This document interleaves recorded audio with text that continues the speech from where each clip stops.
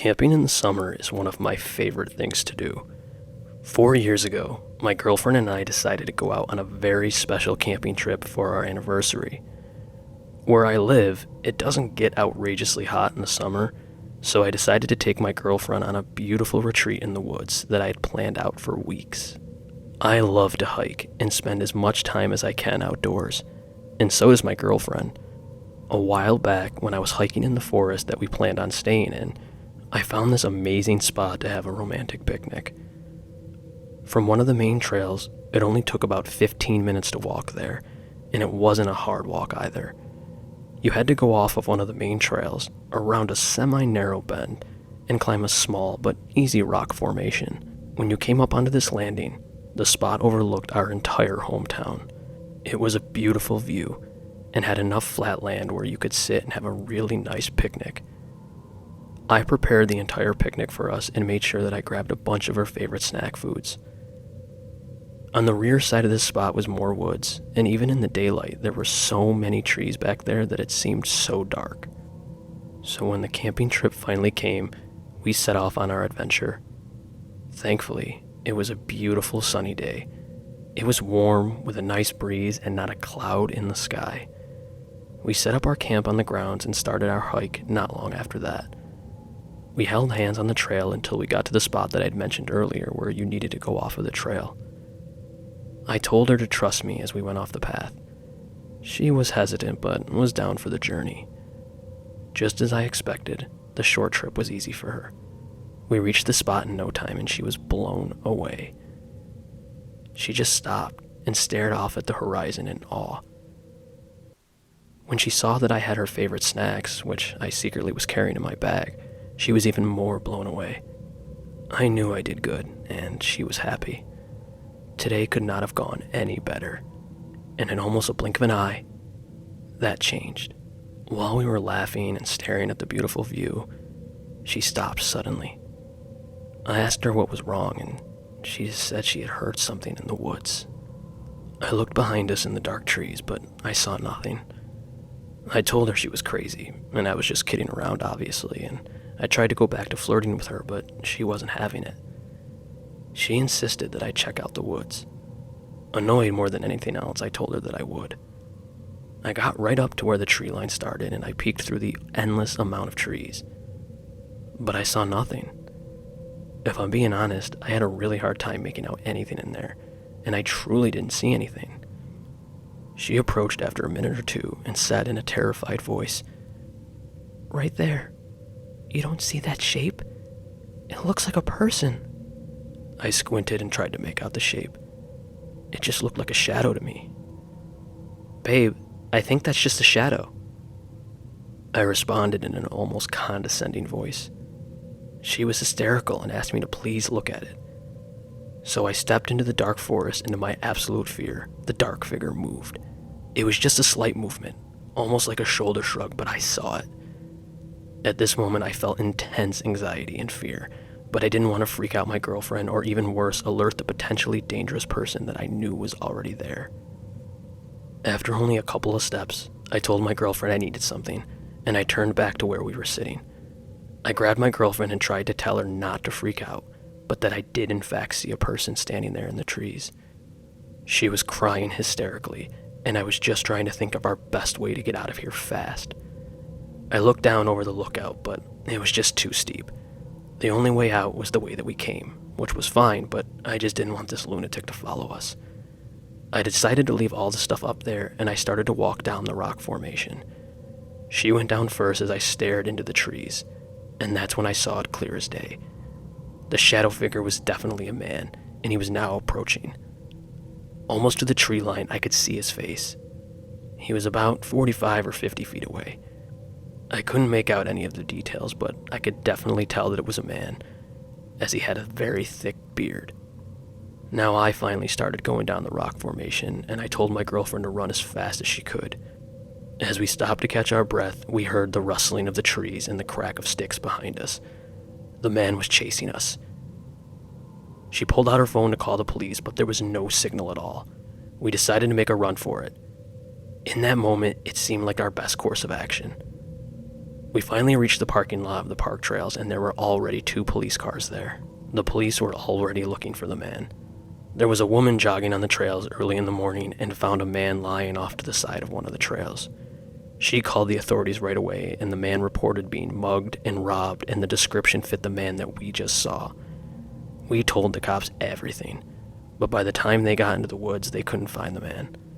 The person who was mugged said that he had a knife, and he said that he was going to stab him, but he was able to work up the strength to run away. From what I understand, they never did catch this crazy man in the woods, and I'm not sure what he would have done if he caught us. We decided to not continue our camping trip, especially if this potential monster was in the woods. I still can't believe my girlfriend spotted him from so far away, and I'm so thankful that she did. We both have a really hard time going on nature trails now, and I've yet to return to that park. From now on, we decided it was best for us to just stick to beach vacations. The events of this story happened a couple of years ago to my friends and me after our last day of high school in our senior year. We decided to celebrate by hiking and camping in this massive forest located near our hometown. We talked about it for years, and this was going to be our celebration for graduating. A short drive from my hometown is a very heavily forested area where many people often hike and camp. We had always heard that there was a beautiful, crystal clear lake in the middle of the forest with breathtaking waterfalls. Well, one of our friends, Chris, got hiking directions to the lake, and we decided to make the long talked about adventure a reality. Chris had a lot of experience camping and hiking, so we trusted him with our lives, even though none of us really camped at all. It was Chris and his girlfriend Mindy, myself and my friend Danny, and our other friend Tony with his girlfriend Marissa. The trip was planned as a 3-day hiking trip while camping each night under the stars. It sounded amazing. We would reach the lake on the 2nd day and then head back. We would have to camp one more night and then be back on the 3rd day pretty early in the morning. The trip started out amazingly, I have to admit. I've never really been a fan of nature, but this truly was breathtaking. The sights and sounds were almost indescribable. The way the sun shined through the trees made it seem like we were exploring another world. Once it started to get dark, we decided to set up camp for the night. It was pretty comical watching us all try to set up tents, but we managed to figure it out. We stayed up for a little while telling stories and playing card games, but we called it a night relatively early so we could start back up hiking at sunrise. Danny and I woke up in our tent shortly after 3 o'clock in the morning.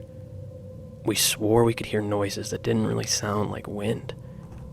She, of course, told me that it was the wind and to calm down, but it almost sounded like whispers.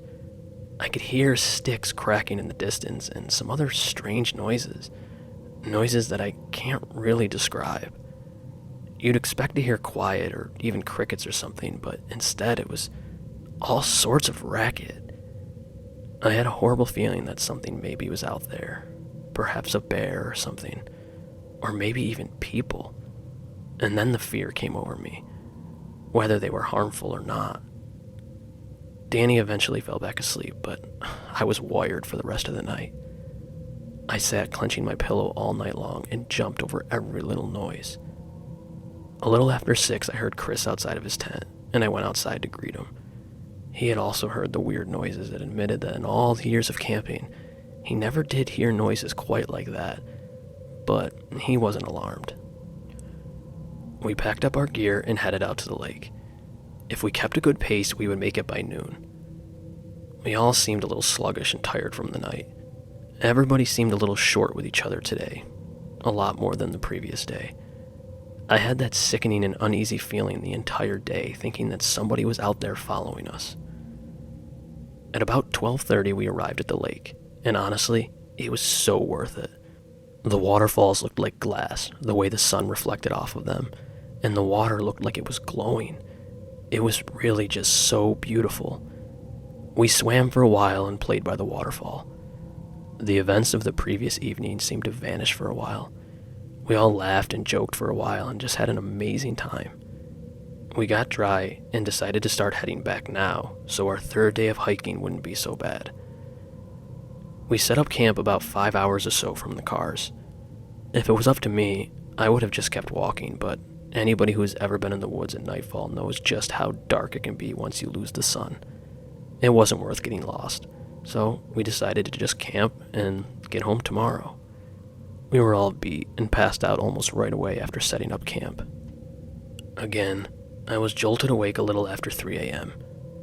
This time it was no mistake. It was clearly voices we heard. We could hear women's voices, several of them, and they were laughing. And not only laughing like a giggle, but cackling almost. We could hear the branches on the ground, breaking all around us. It seemed like we were surrounded. Danny was awake with me, and she was scared stiff.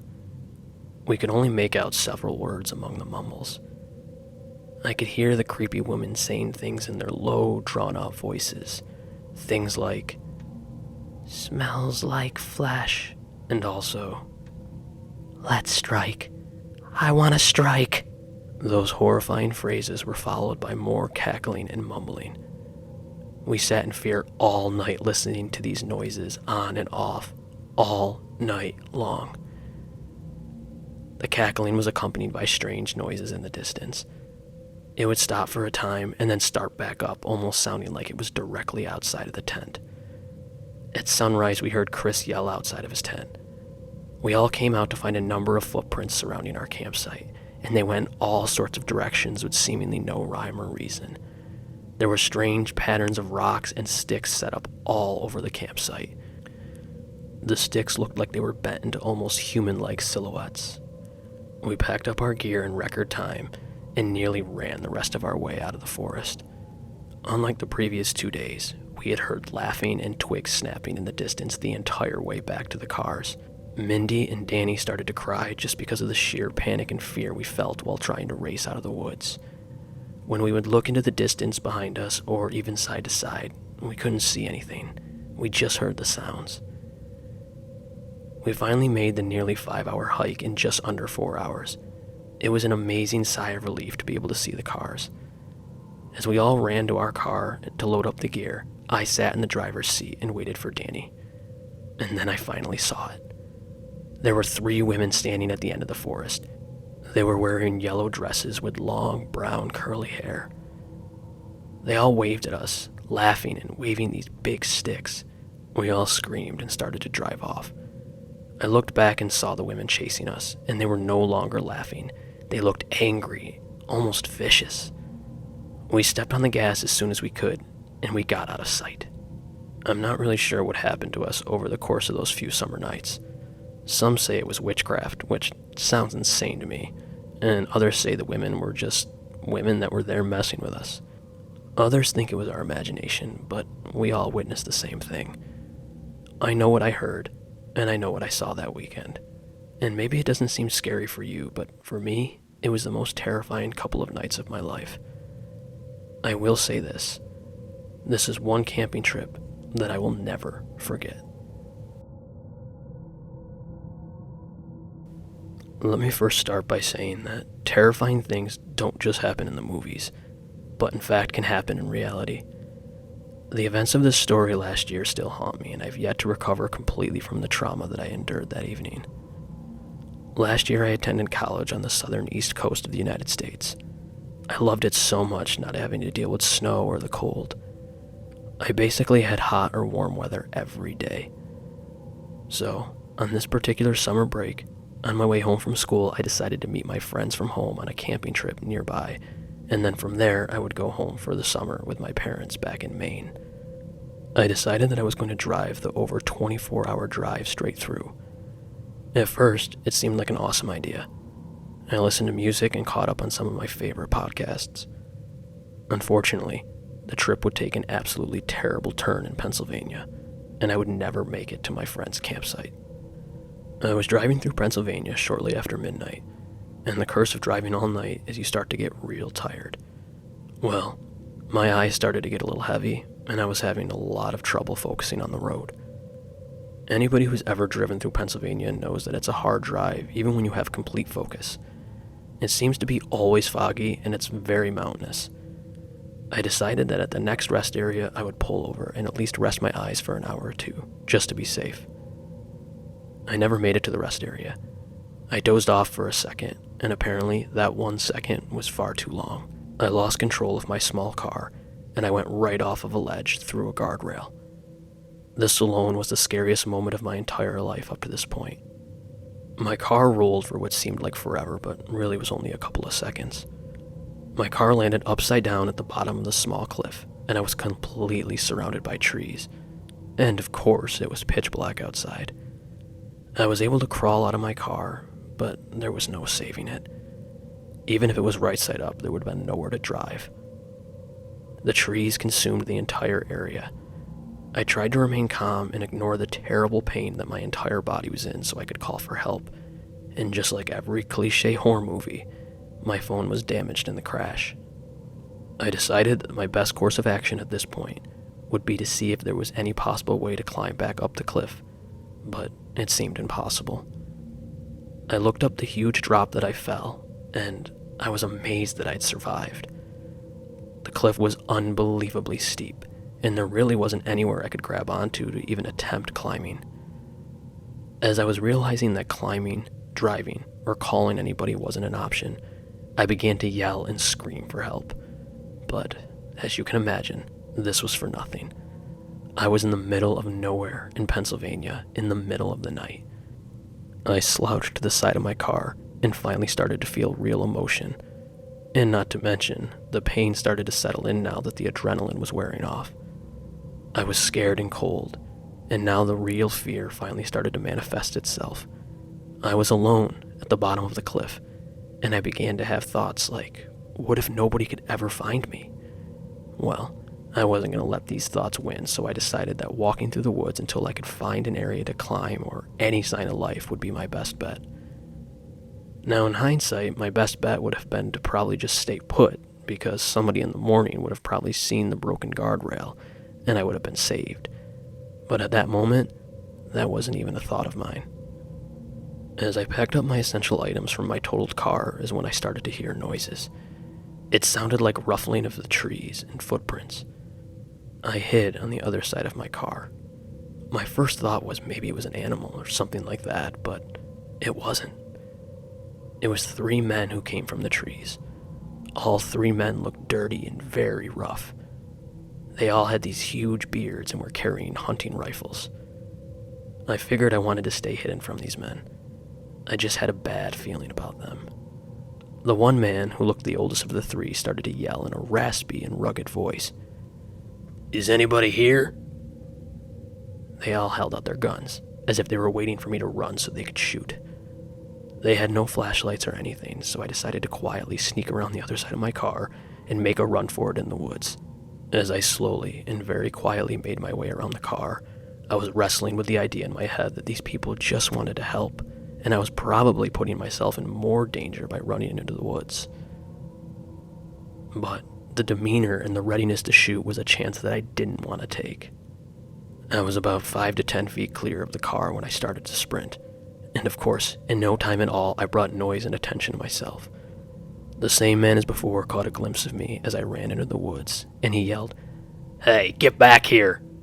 As I ran, I heard the guns being fired in my general direction. I was terrified. I heard them chasing me from what seemed like several different directions, yelling in their rugged voices, "We're gonna get you, kid! These are our woods!" And things of that nature. These strange woods people were shooting me for literally no reason. I just kept running and running for about 2 hours until I finally saw a faint light shining through the trees. It was a small town. I stopped hearing the gunshots and the chasing footprints behind me probably about an hour ago, but I still kept running anyway. I got into the town and found a gas station that was open. I walked inside, bloody, battered, and bruised. The worker inside looked baffled and stunned. I told him to please call the police. The police showed up in no time and my parents were notified. They drove down to this small town right away and picked me up. It took several hours, but they didn't care. Unfortunately, the police couldn't do anything about the strange men in the woods because there was literally no evidence. As they went back to find the car, They found a good amount of bullet holes in the trees and found that my car had been burned to a crisp. Whoever these men were, they destroyed and totaled my car. If it wasn't for the bullet holes and multiple footprints that appeared to follow mine in the woods, the police and my family probably wouldn't have believed me. I still have many doubters when I tell this story because it seems so unbelievable, and I still even have trouble believing it myself. I've now decided to continue my education locally, and I never drive after dark. If I have to work in the evenings, I always get a ride. That night has given me so much trauma and permanent anxiety. I'm so thankful to be alive, and my only advice to anybody out there is if you get tired while driving, don't mess around. Stop, get some rest, and be safe.